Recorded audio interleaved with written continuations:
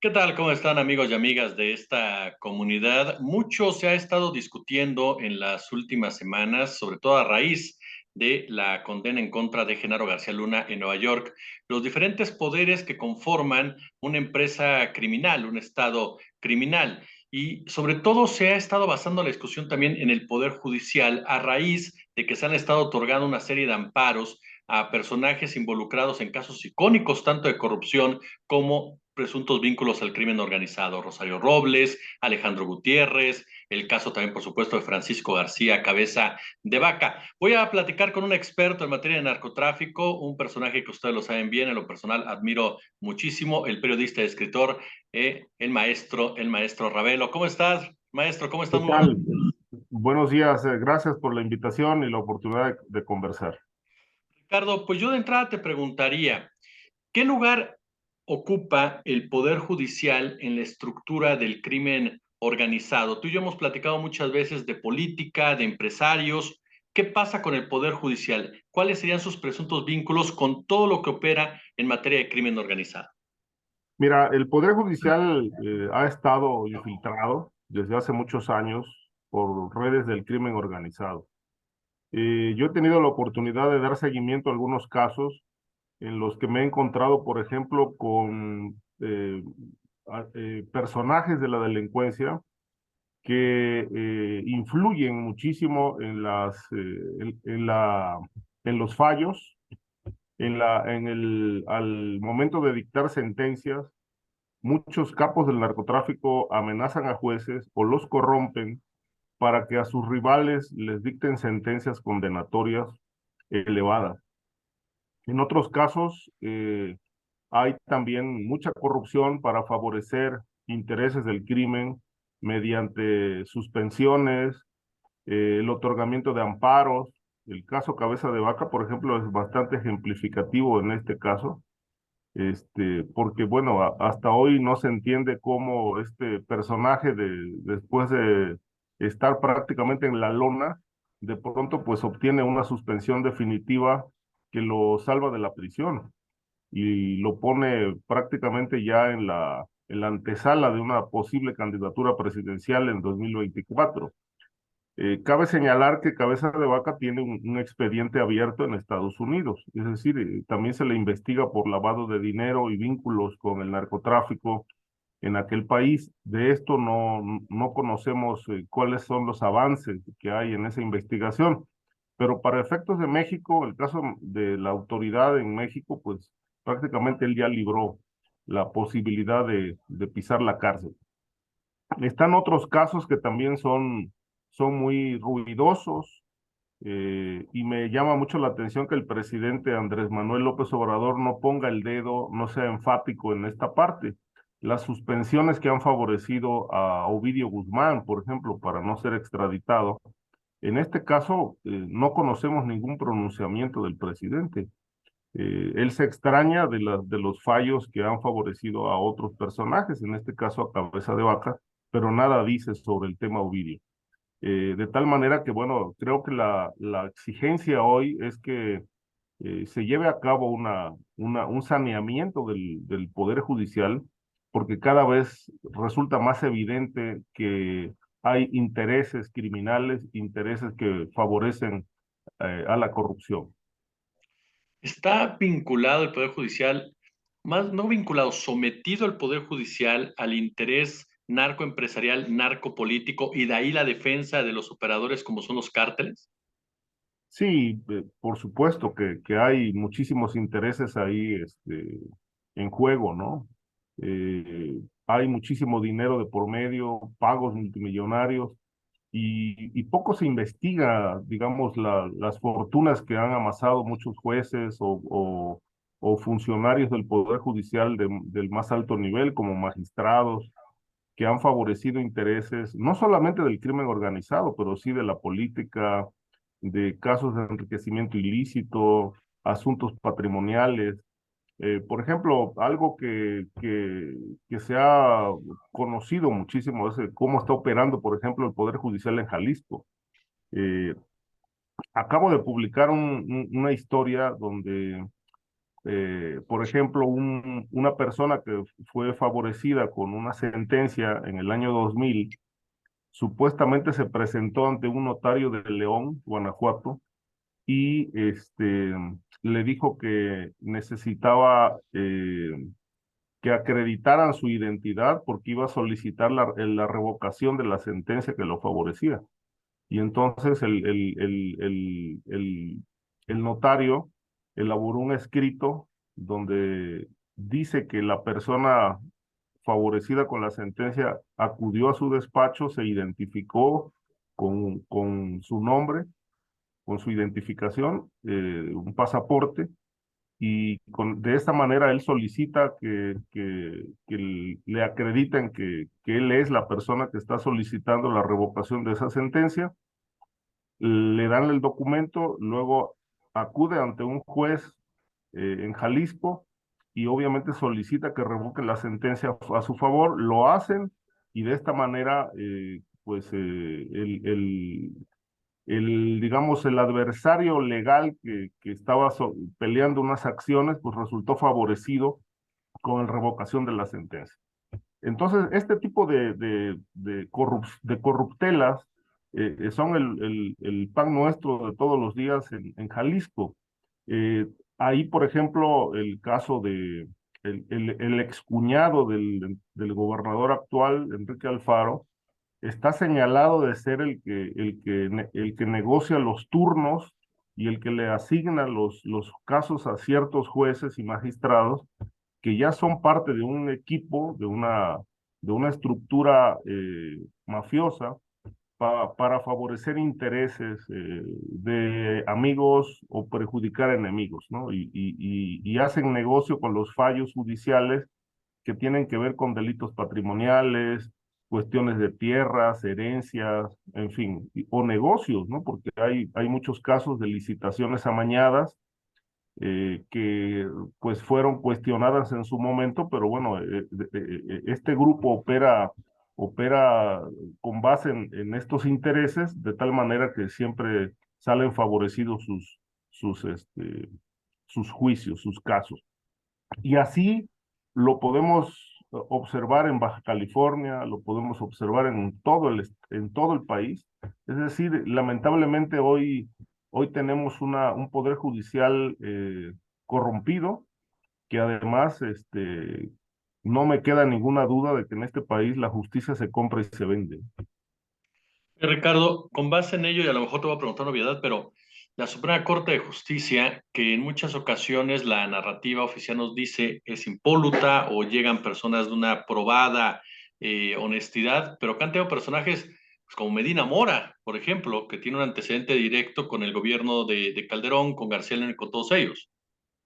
Sí, no, han arribado al Poder Judicial, la verdad, personajes de muy baja estofa, metidos en cuestiones de corrupción. El caso de Medina Mora, bueno, es un ejemplo de ello, y de impunidad, porque hasta hoy no sabemos absolutamente nada sobre la investigación que supuestamente llevaba a cabo la Fiscalía General de la República tras el hallazgo de varias transacciones millonarias fuera del país.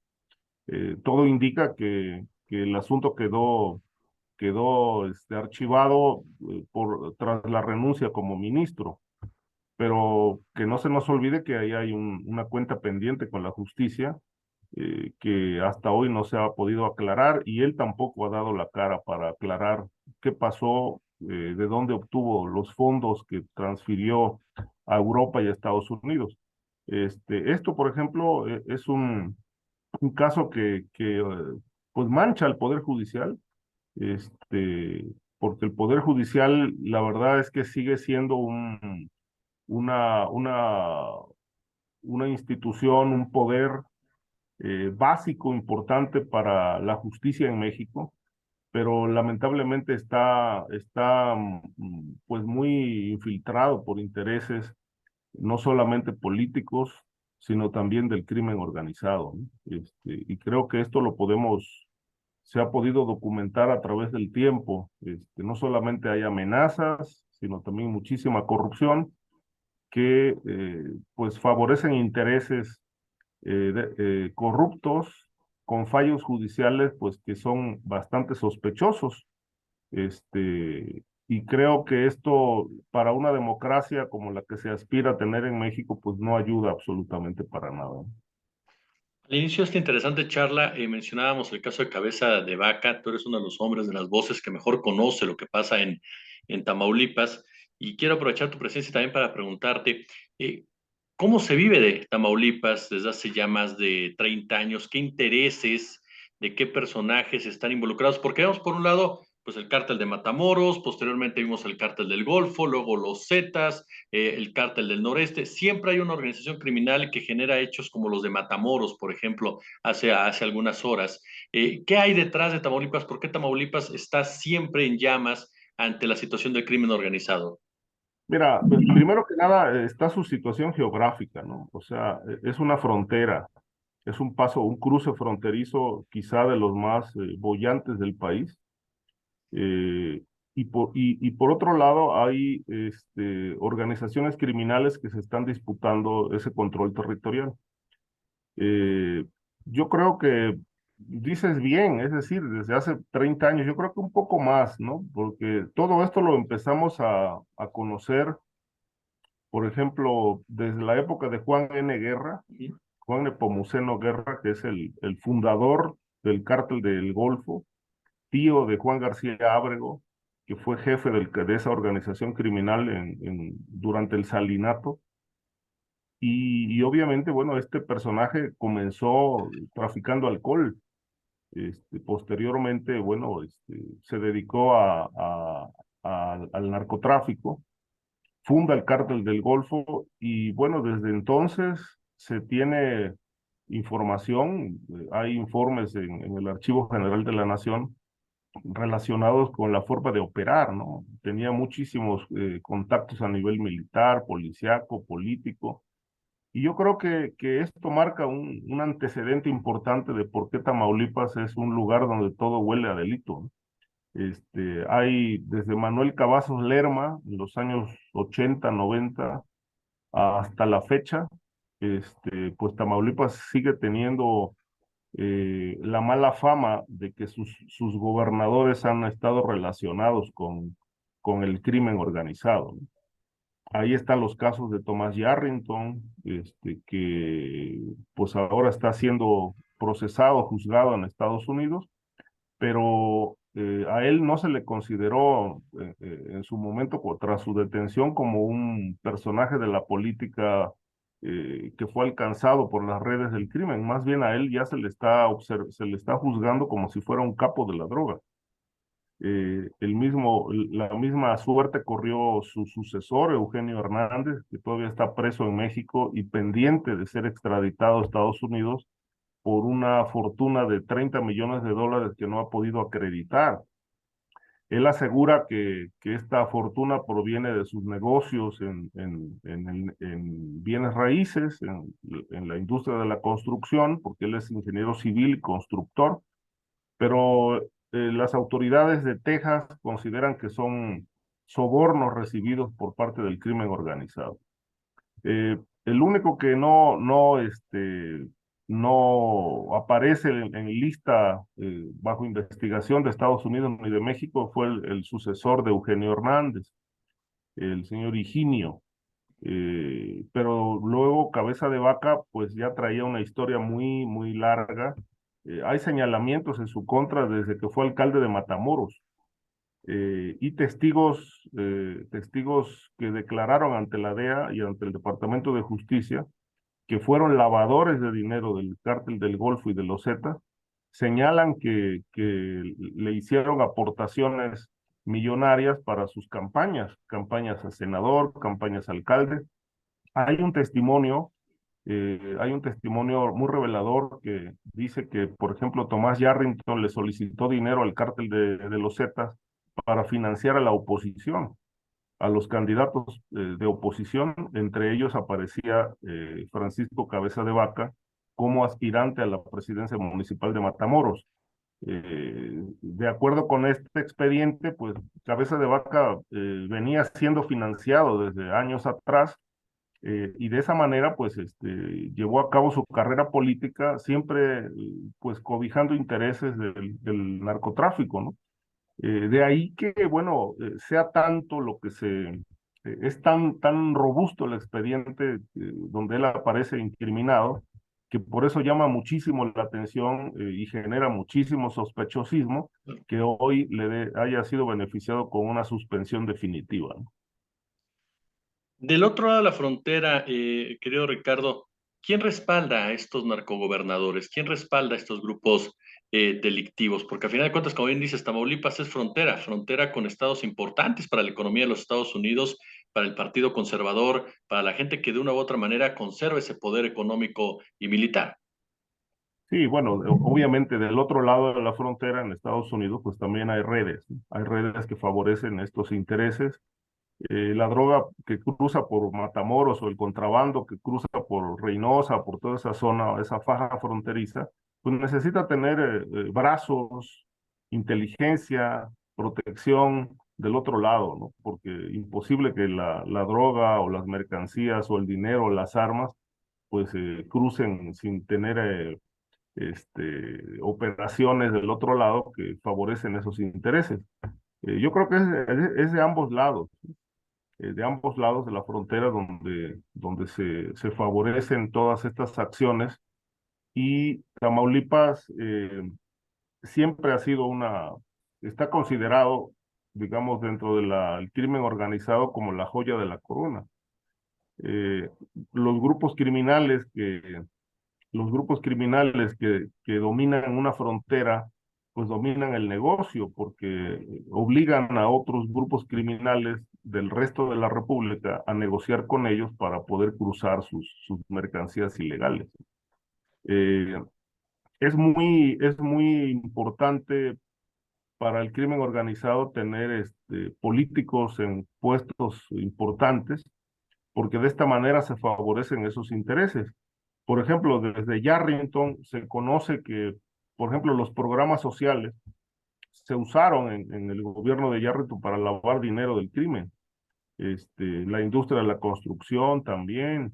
De ahí que, bueno, ellos lo primero que hicieron fue adquirir muchas propiedades. El caso de Yarrington, yo creo que se habla más o menos de 100 propiedades, entre ranchos, casas, tanto en Texas como en México. Y es el mismo perfil de cabeza de vaca, el mismo modus operandi de Eugenio Hernández. Todos ellos se han beneficiado de estos intereses y obviamente lo que los ha caracterizado, que esto es una tendencia que tienen muchos políticos, es adquirir decenas y decenas de propiedades, ¿no? Eh, por ejemplo, el caso de Javier Duarte es también escandaloso. Tiene, yo creo que fácil unas 50 mansiones, ¿no? En México, en Europa, invierten muchísimo en ello y obviamente también es un recurso que utilizan para lavar dinero, ya sea dinero del narcotráfico o bien dinero desviado del erario público. ¿Quiénes son, para concluir esta interesante charla, me quedo Ricardo, los clanes políticos que están asentados en Tamaulipas? Ahorita que mencionabas a Juan N., tú corrígeme por favor, siempre se ha señalado, o no sé si como leyenda urbana, como hecho real, que era compadre de Raúl Salinas Lozano, del padre del clan Salinas. ¿Quiénes son los clanes que están ahí en Tamaulipas políticamente?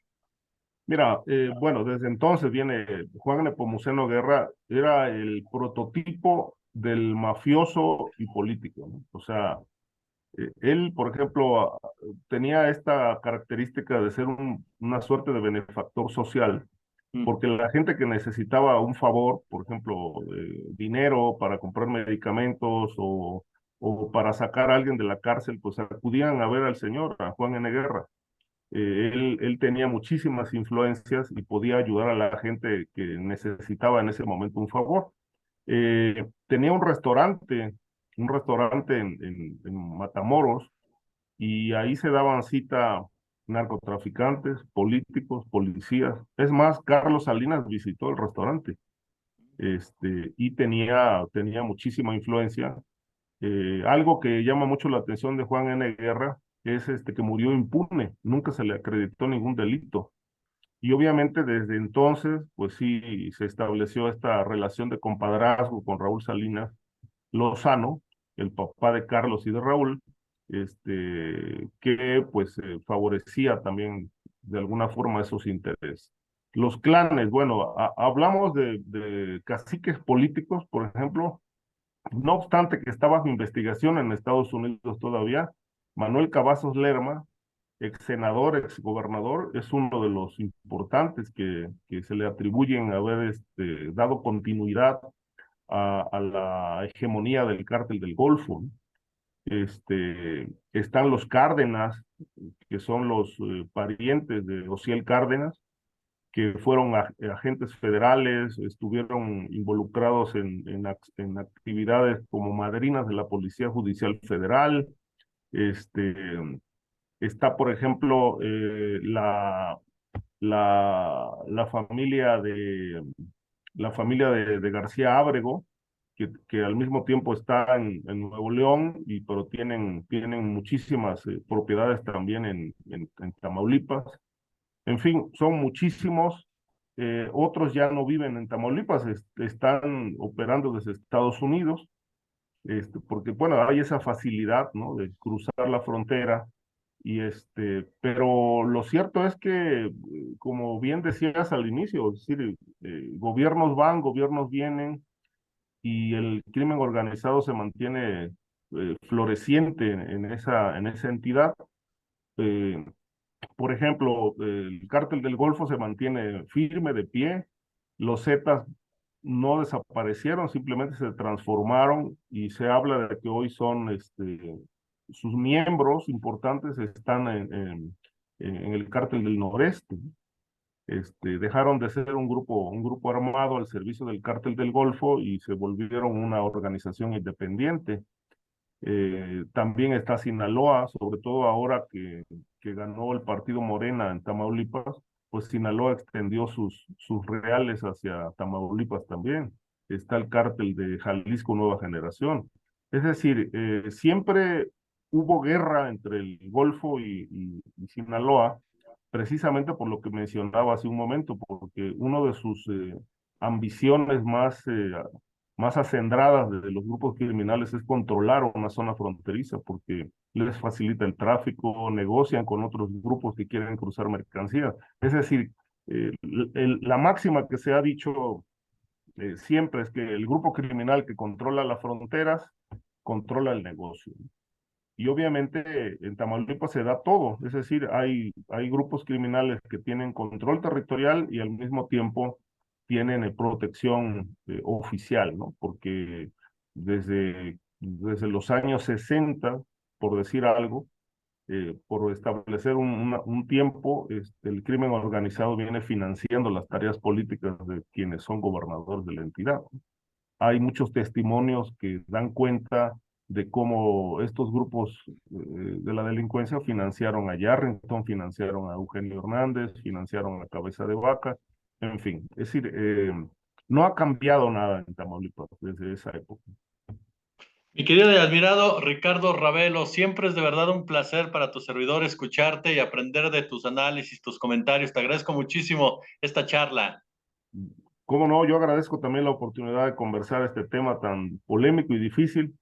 Y bueno, pues que tengan un buen día.